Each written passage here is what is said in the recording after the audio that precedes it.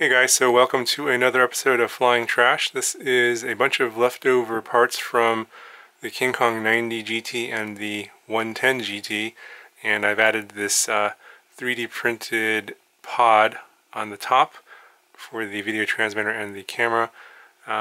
Basically, the only thing from the 90GT is the bottom plate here. This is the 90GT bottom plate after I destroyed the electronics in that one and the motors. The two front motors are from the destroyed Aurora 100, and I forget where these two back motors are from. I think they're from the Lantian 90L that I messed up somehow. So I had a couple, four of these spare motors sitting around. So I'm using these. They're both 1104 7500 kV, and then the 4-in-1 EC and the flight controller is actually from the 110GT. That one, this guy has some sort of a defect in it where it won't spin up the 1105 8500 kV motors properly. I think it's ESC1 would spin up, and then it would, when I try to take off, the ESC would reset because of some sort of over-amp draw or something. Maybe it's because the motor's too big, I'm not 100% sure, but the 1104 7500 kV motor spins up fine. I don't know why that is, it's totally bizarre.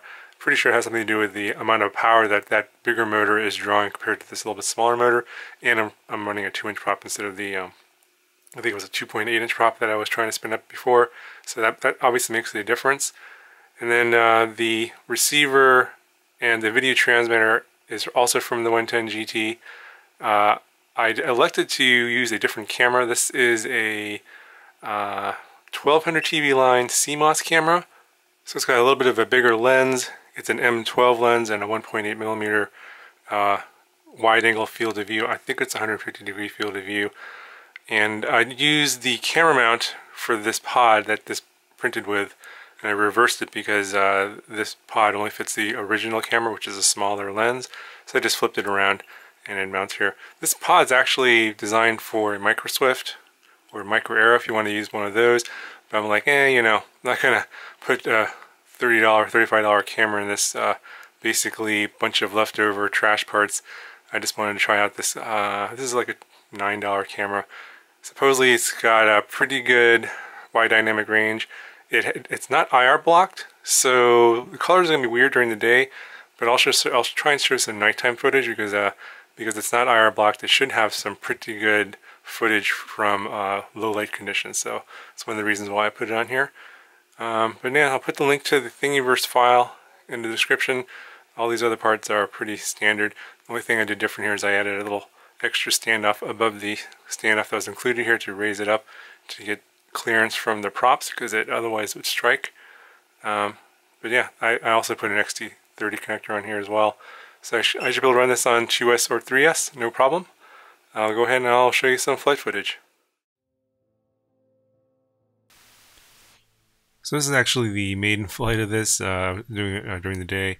And you can see here the colors are all bizarre because the lens is not IR blocked. So this is kind of normal for a camera that doesn't have IR blocked on the either on the lens or the sensor. So everything that's green is like purple or red, or I'm not sure what color this. It looks very, very bizarre. So anyway, I think that this camera is mainly meant for nighttime flying. I'm going to show a little bit of nighttime flying here in a little bit, but I haven't done any tuning on this. This is stock Betaflight 321, I believe. Stock PIDs. I didn't change anything on this stuff. Obviously, you're gonna see some vibrations here and some oscillations and stuff. But Betaflight 321 default settings aren't too bad, and it actually doesn't fly too terrible. But I can tell that it's not that well tuned or not tuned perfectly. So, but given the fact that I have a bunch of parts here that was just sitting around, especially the 4-in-1 EC and flight controller combo from the 110GT that wasn't even working. Somehow it works on these 1104 motors. I don't know why it doesn't work with the 1105 motors. It's probably because the motor is bigger and it was trying to spin a bigger prop. Obviously there's some sort of strange defect that it can't spin up the bigger one, but it can spin up the smaller one. Probably has something to do with drawing less amps or something like that. That's my only guess. Anyone out there knows, leave me a comment below, let me know what your guess is, because that's the only thing I can think of, and it works on this setup, so at least I can fly it around, and I wouldn't actually use this as a nighttime rig. kind of leave it in my car. I have a bunch of like these trash mini or micros that are just sitting in my car that I can fly pretty much wherever I want and any type of situation. So it's kind of nice to have these kind of sitting around, just kind of waiting. So let me go ahead and I'll show you some nighttime footage here in the next clip.